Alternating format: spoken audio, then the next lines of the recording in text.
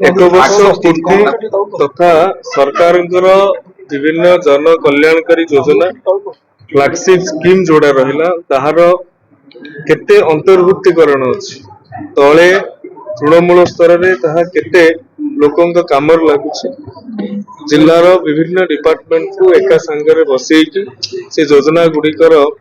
कार्यकारिता संपर्क में आलोचना होता माननीय सांसद आरंभ कर विधायक माने उपस्थित रही अन्य जनप्रतिनिधि माने उपस्थित रही केते टार्गेट थिला केते हमें ताहाको अचीव करिसेंती एवं आगामी दिन में केते लक्ष्य धार्य करिबा आउ टाइम लाइन मते सेति पई कलेक्टर को द्वारा ए कथा को सविस्तृत भाव में आलोचना करा जायछि एवं सुभद्रा ठारू आरंभ करिकी अंत्योदय गृह पर्यंत वसुंधरा ठारू आरंभ करिकी गोदावरी आदर्श विद्यालय पर्यंत जहाँ जहाँ